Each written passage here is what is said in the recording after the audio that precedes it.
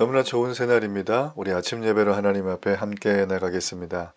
오늘은 베드로전서 1장 13절에서 25절까지의 말씀을 함께 읽으시고 하나님 말씀을 전하겠습니다.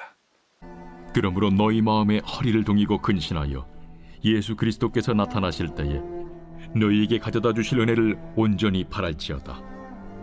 너희가 순종하는 자식처럼 전에 알지 못할 때에 따르던 너희 사욕을 본받지 말고 오직 너희를 부르신 거룩한 이처럼 너희도 모든 행실에 거룩한 자가 되라. 기록되었으되 내가 거룩하니 너희도 거룩할지어다 하셨느니라. 외모로 보시지 않고 각 사람의 행위대로 심판하시는 이를 너희가 아버지라 부른즉 너희가 나그네로 있을 때를 두려움으로 지내라. 너희가 알거니와 너희 조상이 물려준 헛된 행실에서 대속함을 받은 것은 은이나 금같이 없어질 것으로 된 것이 아니요 오직 흠없고 점없는 어린 양 같은 그리스도의 보배로운 피로 된 것이니라. 그는 창세전부터 미리 알린 바 되시니라. 이 말세에 너희를 위하여 나타나신 바 되었으니 너희는 그를 죽은 자 가운데서 살리시고 영광을 주신 하나님을 그리스도로 말미암아 믿는 자니 너희 믿음과 소망이 하나님께 있게 하셨느니라. 너희가 진리를 순종함으로 너희 영혼을 깨끗하게 하여 거짓이 없이 형제를 사랑하기에 이르렀으니 마음으로 뜨겁게 서로 사랑하라. 너희가 거듭난 것은 썩어질 씨로 된 것이 아니요 썩지 아니할 씨로 된 것이니 살아있고 항상 있는 하나님의 말씀으로 되었느니라. 그러므로 모든 육체는 풀과 같고 그 모든 영광은 풀의 꽃과 같으니 풀은 마르고 꽃은 떨어지되 오직 주의 말씀은 세세토록 있도다 하였으니 너희에게 전한 복음이 곧 이 말씀이니라.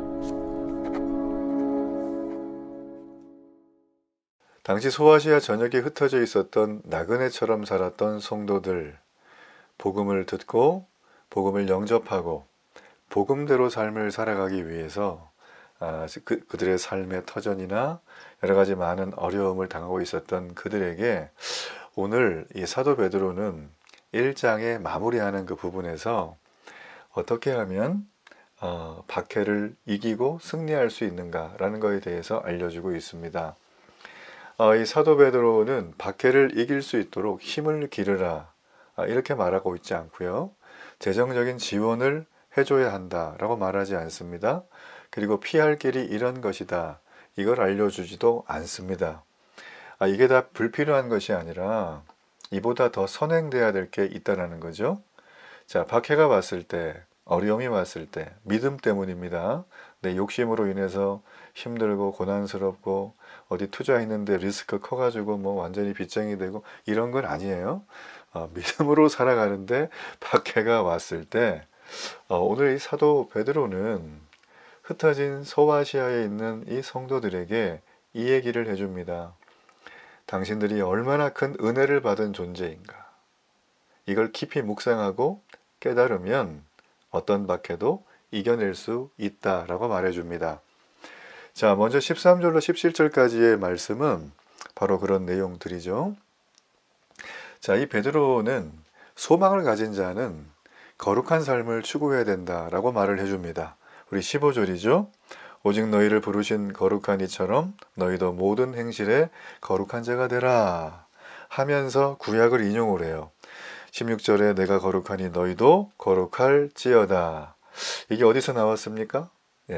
거룩하신 하나님에 대해서 모세오경에 나왔죠. 레위기에 나오는 말씀이에요. 자, 이 말씀을 인용해 가면서 하나님이 거룩하십니다. 우리는 누구죠? 하나님이 우리 아버지시고 자녀예요. 그래서 우리는 어떻게 해야 됩니까? 아버지 닮으라는 거예요. 하나님이 거룩하지 않으시면 우리도 거룩하지 않아도 됩니다. 하나님이 거룩하시기에 우리가 거룩해야 되는 거죠. 근데 하나님이 거룩하신데 내가 거룩하지 않은 그런 언행심사를 가지고 산다면 이걸 뭐라고 하죠? 아버지 얼굴에 먹칠한다. 아시겠어요? 우리가 말씀을 들었다면, 읽었다면, 주일날 예배하면서 깨달았다면 그 말씀대로 순종하는 것이 믿음입니다. 믿음은 내가 이 사실을 믿습니다. 내가 이걸 받아들입니다. 어느 정도의 지적인 동의하는 부분을 많은 분들이 믿음이라고 착각을 하고 있거든요. 근데 여러분, 이 믿음이라고 하는 주제는 이 신학적인 서술로 보면 세 가지 정도의 의미가 있어요. 제일 먼저가 지적인 동의예요. 믿음은. 내용이 누구를 믿어야 되는가 이런 거에 대한 부분. 그리고 이게 내 가슴으로 내려와야 되는 거죠. 그러니까 나의 심적인, 이 감정적인 내면의 동의와 함께 동의된 그 사실을 내가 받아들였으니 이제 믿음의 대상인 그분을 내가 신뢰하는 상태예요. 신뢰는 무엇일까요? 그분이 뭐라고 말씀하시면 문제 제기를 하지 않아요. 내가 이해가 안 되는데요? 그렇지 않아요. 신뢰하는 거죠. 그러니까 믿음이라는 건 지적인 동의와 함께 나의 삶의 모든 행실의 기준, 삶의 정신적인 기준, 심적인 기준이 그분이시다라는 것을 신뢰하는 거죠. 여러분, 이것이 동의가 될 때 이것이 우리의 삶에 그리스도의 말씀을 따라가는 것이 순종이라는 이름으로 열매가 보여지기 시작을 할 때 우리는 참된 믿음을 가진 자라는 것입니다. 그래서 이 부분까지 가지 않고 믿음을 앞에서만 다루는 이단들도 있고요. 앞에 거 빼고 뒤에만 얘기하는 이단들이 있어요. 여러분 다 아실 거예요. 이단들이 보통 강조하는 게. 이단들은 총천연색으로 다 강조하지 않아요. 하나 붙들고 계속 물고 늘어져요. 그러면 분별이 없는 성도들은 다 헷갈리는 거죠. 유튜브 여러분 애지간하면 보지 마세요. 저 추천하지 않습니다. 정말 보고 싶으면 담임 목사님의 상의해서 그래서 이걸 들어야 되느냐를 한번 검증을 해보고 들으세요. 물론 제가 뭐 모든 유튜브를 다 한다 그런 건 아니지만 일반적으로 되게 유튜브에 올리는 이 건강하고 복음의 중심의 교회들을 제외한 뭐 개인이 한다라든지 어디서 무슨 뭐 상 차려놓고 한다라든지 뭐 여기 와가지고 뭐 이렇게 끝난 다음에 상담으로 안찰 기도를 해주는데 이거 하면 나는 뭐 이런 이상한 얼토당토한 이런 것들 무당 점쟁이 같은 것들이 꽤 많거든요. 여러분 여기에 현혹되면 안 됩니다. 자, 제가 지금 거룩이라는 얘기를 하다가 여기까지 왔죠. 그래서 여러분 이 거룩이라는 주제는 옵션 아니고 이거는 필수예요. 의무사항이에요. 이거는 뭐 그냥 선택 과목이 아니라 필수 과목이기 때문에 하나님 거룩하시니까 너희도 거룩하라는 게 베드로의 굽히지 않는 양보 없는 메시지라는 거죠. 자, 그런데 우리가 지금 여기서 이제 고민되는 딜레마의 지점이 있죠. 사람이 거룩하게 살 수가 없잖아요. 거룩한 척은 할 수 있죠. 근데 진짜 거룩하게 살 수는 없다. 이거 우리는 다 느껴요. 그렇지만 하나님의 자녀가 되었기 때문에 거룩하게 될 수 있다라고 지금 베드로는 얘기해 줍니다. 바울도 그 맥락이었거든요. 그럼 그게 어떻게 가능한 것인가? 왜냐하면 우리가 신분이 거룩한 백성, 하나님의 자녀가 되었기 때문이에요. 바로 성도가 된 거죠. 우리가 신자이기도 하지만 저는 더 좋은 성경에 가까운 말이 성도라고 봐요. 이게 이제 그리스도인이죠. 그리스도인은 뭔가요? 그리스도를 따르는 제자들이라는 거예요. 제자. 그리스도를 따르는 제자이기에 그리스도가 나의 주고 그분이 나의 통치자고 그분이 나의 왕이시다. 이걸 받아들이는 거죠. 자, 이걸 받아들였다면 그분이 날 위해 죽으셨다는 거. 그리고 죽음과 사망의 권세를 깨고 부활하셨다는 거. 자, 이거를 믿게 됩니다. 그러면 이게 하나님의 자녀가 되는 거죠. 지적인 동의예요. 근데 이게 내 삶에서 입체적으로 실현될 때 나는 그분을 점점 신뢰해지게 되어지는 거예요. 또 신뢰하면서 실현될 수도 있고요. 이해되시죠? 그래서 믿음은 지속적으로 믿음이라고 하는 그 핵심적인 어젠다가 우리의 삶을 이끌어가는 거예요. 그래서 내가 믿고 내가 뭐 동의했어요. 뭐 난 예수님 입으로 시인했어요. 그러면서 싹 나와서 내 뜻대로 살다가 나는 구원받을 수 있는 사람이다 라고 하는 걸 이단이라고 하는 거예요. 교회는 절대 그런 걸 지지하지 않아요. 여러분 예배하지 않고 기도하지 않고 어떻게 우리가 하나님의 자녀라는 걸 증명할 수 있습니까? 여러분이 여러분 자신을 믿을 수가 없죠. 내가 지금 믿었어요. 그냥 마음의 평안 정도 얻으려고 교회를 온대요. 그러면 마음의 평안을 얻었으면 이제 교회 안 오실 거예요? 또 하나 본인이 마음의 평안을 얻는 방법을 나름 터득했다고 이걸 평생 죽을 때까지 100세까지 계속 이렇게 유지할 수 있는 본인의 멘탈리티가 건강하게 유지가 될까요? 어떤 일이 뭐가 일어날 줄 알고 그러세요? 그러니까 인간은 인간 스스로를 신뢰하는 것을 어리석다고 얘기를 해요. 나만 믿어. 자기도 못 믿으면서 뭐 자기를 믿으래요. 여러분, 그거는 믿음이 아니죠. 그죠? 예, 사람은 늘 불완전한 존재라는 거예요. 그러나 우리 주님은 어떻죠?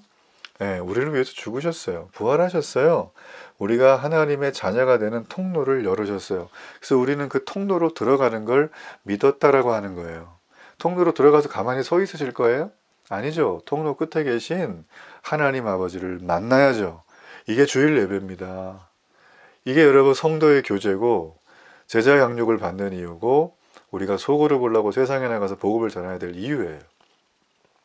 그 하나님을 만난 사람만 이게 가능하지, 만나지 않고 거룩이 뭔지도 모르고 순종할 마음도 없는데 따라가면 백발백중 본인이 시험 들거나 나가 떨어집니다. 자, 오늘 베드로는 말을 해요. 거룩이 뭔가? 아버지께서 싫어하시는 행위들을 우리도 싫어하게 되는 상태. 아버지가 거룩하시기 때문에 우리도 아버지를 닮아 거룩해져 가는 것이 내게 쾌락이 아니라 희락인 상태, 큰 기쁨의 소식인 상태라는 겁니다. 그래서 여러분이 누구를 만나서 막 나도 모르게 내 속에 있는 뜨거운 얘기를 막 하잖아요. 요즘 내가 막 주식에 미쳐 있으면 주식 얘기를 다 하거든요. 요즘 또 우리 신문 봤더니 뭐 저기 반포에 뭐 40억짜리 시세되는 아파트인데 분양가가 20억밖에 안 돼가지고 이거를 사가지고 시세 차익을 노리겠다고 지금 벌떼같이 몰려든다 그러잖아요. 네, 참 열심히 사세요. 그분들 보면 정말 그분들이 뭐 그 20억이 다 자기 돈 입마이 포켓 해가지고 자기가 뭐 잘 먹고 잘 살 것 같지만 사람 일은 아무도 모르는 거예요. 아니 그거 본인이 20억 벌었다 그래가지고 본인이 다 쓸 수 있어요? 못 씁니다. 그거 자녀들이 나가서 이상한 짓 해가지고 다 물어주든지 사업이 갑자기 휘청거리든지 몸이 나가 떨어지든지 내 마음에 정신적으로 힘든 게 오든지 몰라요. 사람은 그거를. 그러니 여러분 거기에 올인해가지고 막 그거를 막 붙들고 익혀 나가면서 하다 보면 우리가 하나님 아버지가 거룩한데 나는 거룩한 길을 반대로 가는 거예요. 그렇다고 돈 벌지 말라는 소리가 아닙니다. 욕심에 지나친 돈은 여러분에게 핍박이 아니라 여러분의 영혼을 지옥으로 끌고 간다라는 걸 여러분 기억하셔야 되는 겁니다. 여러분, 그러므로 하나님 아버지가 하나님 우리 아버지라면 우리는 그분의 은혜 속에 살아가고 있죠. 그럼 우리는 그분을 거룩하게 닮아가야 될 의무가 있는 존재임을 꼭 기억하시길 바랍니다. 자, 베드로는 이제 이어서 18절에서 21절까지의 말씀을 얘기를 하는데, 자, 성도는 대속함을 받았대요. 좀 어려운 얘기예요. 대속함. 자, 이 대속함을 받은 근거를 설명합니다. 자, 보세요. 19절이죠. 오직 흠없고 점없는 어린 양 같은 그리스도인의 보배로운 피로 되었다. 자, 18절에 보니까 대속함을 받은 것인데 이거는 은이나 금, 이건 뭘까요? 세상의 그 어떤 물질, 존재, 사람, 말로 된 게 아니라는 거죠. 예. 오직 누구요? 흠없고 어린 양 같은 그리스도의 보배로운 피로 받았다라는 거예요.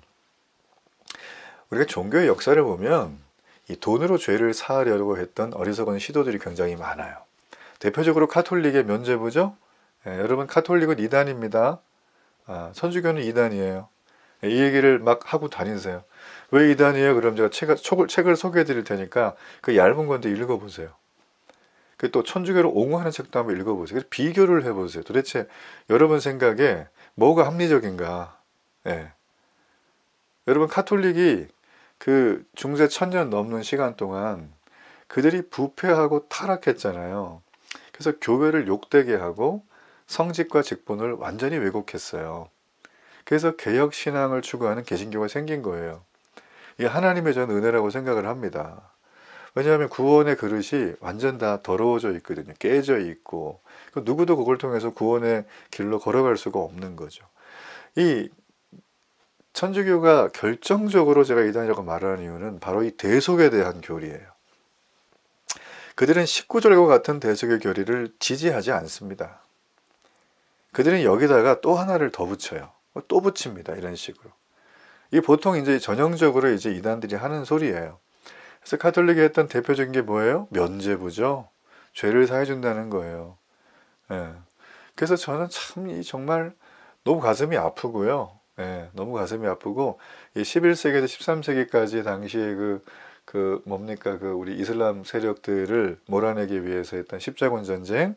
여러분 이거는 이름만 십자군 전쟁 굉장히 명분만 좋지 약탈 전쟁이에요. 십자군들이 점령한 다음에 거기서 모든 기득권을 다 취했어요. 이 사람들이 군대가 아니에요. 그냥 그 성이나 성주의 백작이나 그 동네 유지들이거나 뭐 영주들이거든요. 그러니까 개인 사설 그 군인들 데려가거나 아니면 농민들이 그냥 농사 짓다 곡괭이 들고 간 거예요. 그러니까 이 사람들이 뭐 먹고 살 게 있어야 되잖아요. 전쟁 끝나고 나면. 그러니까 전부 뺏어 오는 거예요. 이게 뭔 십자군 전쟁이에요. 이게 카톨릭이 가르친 거고 카톨릭은 그걸 지지해주고 그걸 계속 보내요.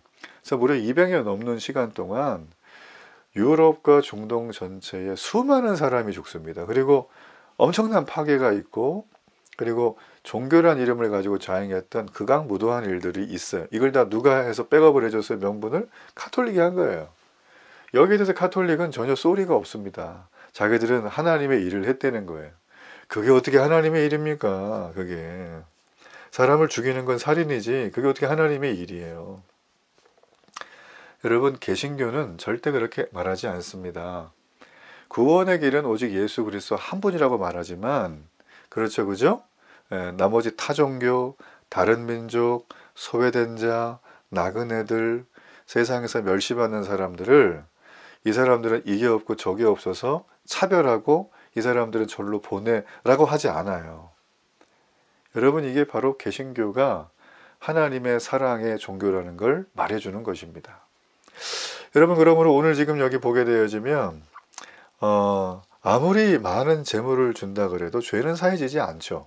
19절 아까 읽은 것처럼 흠없고 점없는 오직 어린 양의 그리스도의 보배로운 피로만 단번에 죄를 사하고 영원한 대속을 이루어 주신다는 거죠. 왜 이런 일이 가능할까? 예수님은 우리와 달리 죄가 없어요. 완전 무결하신 분이에요. 그분의 피로만 우리 죄를 사함받을 수가 있어요. 이 대속이라는 말은 당시 법정 용어인데 노예를 자유롭게 해주기 위해서 막대한 돈을 지불하는 것입니다. 그리스도께서는 죄와 사망의 종으로 살던 우리들이죠. 대속하기 위해서 당신의 피로 모든 대가를 지불하셨어요. 그러니까 예수님의 피는 하나님과 우리의 관계를 위한 거지 사탄에게 어떤 값을 지불하기 위한 것이 아니에요. 사탄은 관계가 없어요. 여기서 오직 하나님과 우리의 깨어져 있는 관계를 완전히 회복하기 위해서는 하나님의 아들이신 당신이 대속제물이 될 수밖에 없었다는 거죠. 그러니까 우리의 죄가 몇 마디 말로 표현이 안 되는 거죠. 그 어떤 것도 담아낼 수 없는 거죠. 그 죄는 우리를 하나님과 분리하고 하나님이 없는 영단번의 지옥으로 가게 하는 거예요. 근데 이걸 예수님께서 딱 중간에서 다리를 놔 주신 거예요. 그러니 예수 그리스도를 믿는 믿음이 없다면 우리는 그 어떤 방법을 써도 하나님을 만날 수도 얘기할 수도 볼 수도 예배할 수도 없습니다. 여러분 그러므로 하나님과 우리가 부자지간이 된 것, 부녀지간이 된 것, 아버지와 자녀가 된 건 우리 주 예수 그리스도의 100% 공로와 은혜임을 믿습니다. 그러니 우리는 은혜에 합당하게 살아가야 돼요. 이게 거룩이에요. 그래서 성도는 원래 여기 23절에 보면 너희가 거듭난 것은 구원받은 상태를 말하는 거죠. 썩어질 씨로 된 것이 아니다. 썩어질 씨가 뭔가요? 우리가 이 땅에서 추구하는 것들이에요. 이 정도면 마음의 위안이 되지. 이 정도면 내 죄를 씻지 하는 것들이 있죠. 이게 썩어질 씨. 그 되던가요? 안 되죠. 썩지 아니할 씨로 된 것이다 라고 말을 해요. 그 예수님이죠. 살아있고 항상 있는 하나님 말씀으로 되었다. 자, 예수님은 말씀 그 자체시죠. 오셔서 구약을 버린 게 아니라 구약의 율법을 재해석하시고 우리에게 말씀하신 것 하나님 사랑, 이웃 사랑이에요. 정리하면 성경 전체에서 탁 털어서 두 글자를 뽑자면 바로 사랑이에요. 자, 여러분 여기에는 큰 의미가 있는데 사랑은 우리가 늘 하는 얘기 중에 하나죠. 아버지 사랑도 있고 뭐 연인 간의 사랑, 뭐 자녀의 사랑, 친구의 사랑 많죠. 근데 그 사랑들이 다 정상이에요? 여러분 관계 속에서 이게 정상적으로 작동하나요? TV만 틀어보세요. 드라마 보고 뭐 영화 보고 그러면 뭐 소설을 봐도 전부 사랑 얘기인데 사랑이 다 어떻게 돼요? A 사랑, B 사랑, 뒤틀린 사랑, 왜곡된 사랑, 사랑에 배신당한 사랑, 사랑과 복수 다 이런 거잖아요. 하나님의 오리지널 플랜은 그게 아니었어요. 사랑이 사랑답게 가는 거예요. 그래서 이 사랑이 사랑답게 가는 삶을 지속하는 게 뭐냐면 영생의 삶이에요. 영생 그 자체예요. 근데 우리는 사랑을 버렸죠. 사랑을 내 뜻대로 취했죠. 조건이 맞으면 그냥 동거하고 결혼하기 전에도 그냥 다 그렇게 하죠. 그렇죠? 제가 동거하는 커플들을 간혹 이제 좀 봤는데 그 커플들을 이렇게 만날 때마다 종종 권면합니다. 좀 이렇게 믿음이 되고 말이 통하면 예전 일이에요. 만나서 주로 어떤 얘기를 하냐면 사랑은 모조품이 아니다. 네가 지금 취하는 이 사랑은 여기서 머물면 이건 죄가 되는 거다. 이 사랑이 완성되려면 사랑은 또 다른 이름은 희생이다. 많은 사람들이 조건을 찾잖아요. 데이팅 앱들 요즘 굉장히 많죠. 만남 앱들. 그래서 요즘에는 옛날에 무작위로 만났는데 요즘에는 다 검증을 한대요. 나 뭐 가게 합니다. 그러면 사업자 등록증도 올려놓고 뭐 신분증도 다 올려놓고 그래서 다 체크가 된 다음에 만난다는 거예요. 그 무슨 얘기예요? 사람들이 그만큼 못 믿는 거죠. 이상한 사람 나오면 안 되니까. 데이트 폭력 이런 거. 또 하나는 뭘까요? 사람들이 상대를 만날 때 그 사람 자체를 보는 게 아니라 그 사람의 마음, 그 사람의 성품, 그 사람의 비전, 인간됨을 보는 게 아니라 뭘 보죠? 직업을 보는 거예요. 직업이 뭐면 한국은 대충 숫자가 나오잖아요. 참 안타깝습니다. 그죠? 결혼은 사랑해서 하는 거잖아요. 근데 그죠? 사람들은 어떻게 해요? 사랑의 달콤함만을 얘기하지 사랑을 하기 위해서 헌신하고 희생하는 거는 아무도 하지 않으려고 한다. 그러니까 여러분 세상은 사랑을 버린 세상이라서 이렇게 다들 아픈 거예요. 자기 자신이 사랑을 추구하는데 그 사랑을 아무도 충족해주지 않으니까 머리가 뻐개지는 거예요. 예. 두통이 심한 분들 왜 그런가 생각을 해보세요. 자기 뜻대로 안 되니까 그게 과부하가 걸려가지고 회로가 터지는 거예요. 여러분 그러므로 이 영생이라고 하는 주제는 사랑으로 이어지는 거예요. 그러니까 사랑이 지속되는 상태가 영생의 상태예요. 이게 어디 가면 될까요? 천국 가면 되는 거예요. 그러니까 우리 천국 가면 하는 게 뭐냐면 서로 사랑하고 서로 섬기는 거예요. 교회는 뭘까요? 이 땅에서 우리가 그걸 하는 거예요. 그걸 하는 거예요. 여러분 그러므로 성경 말씀을 자신의 야망과 꿈을 이루기 위한 발판으로 삼아도 안 되고요. 자기계발서도 아니고 교양책도 아니고 마음의 위안도 아니고 내 인생 우울하고 내가 너무 예민한 사람인데 그 예민함을 채워주는 책도 아니에요. 성경은. 오직 하나 뭘까요? 하나님이 우리를 사랑하셨다는 거예요. 그리고 우리를 자녀로 부르셨다는 거예요. 그리스도의 피가 대속으로 우리에게 허락하셨다는 거예요. 영생을 얻는 지혜와 은혜를 주신다는 거예요. 이 모든 걸 베드로는 말하면서 우리에게 뭘 하죠? 박해를 이기라는 거예요. 박해는 몇 마디 말로 이길 수 있는 것도 아니고 말한 것처럼 힘을 기른다고 이길 수 있는 것도 아니고 돈의 힘으로도 이길 수 있는 게 아닙니다. 박해는 내가 얼마나 큰 은혜를 받은 존재인가 이거를 깨닫고 날마다 믿음의 길을 걸어갈 때 어떤 박해가 봐도 넉넉히 이길 수 있는 영적인 배짱이 생기는 거예요. 전 이런 은혜가 여러분에게 있기를 주의 이름으로 축복합니다. 우리 하나님 앞에 결단의 기도를 드립니다. 좋으신 하나님, 오늘도 나의 자녀됨의 은혜가 얼마나 큰지 깨닫습니다. 오늘 사도 베드로의 뜨거운 사랑이 담긴 이 본문의 말씀을 깊이 묵상하고 주님 말씀하신 것처럼 거룩한 삶을 살아가고 그리스도 예수의 영생의 은혜를 기억하며 썩어지고 왜곡되고 사랑이 실종된 세상에 사랑을 진정으로 하는 믿음의 성도가 되도록 주여 인도해 주옵소서. 예수님의 이름으로 기도합니다. 아멘.